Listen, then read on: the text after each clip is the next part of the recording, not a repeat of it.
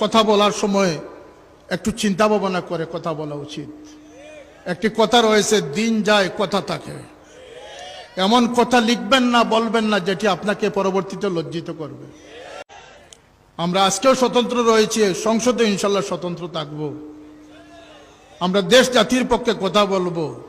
বিগত সময়ে যখন বইয়ের পৃষ্ঠায় নগ্ন ছবি এসেছিল, তুমি কোথায় ছিলে? যখন আমার কোমলমতি বাচ্চাদেরকে নষ্টামি শিক্ষা দেওয়া হয়েছিল, তখন তুমি কোথায় ছিলে?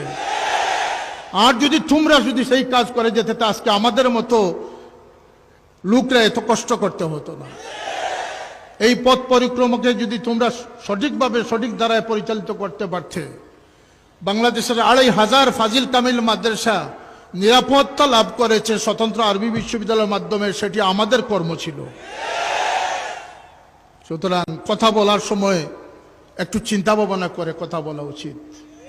একটি কথা রয়েছে, দিন যায় কথা থাকে। এমন কথা লিখবেন না, বলবেন না যেটি আপনাকে পরবর্তীতে লজ্জিত করবে।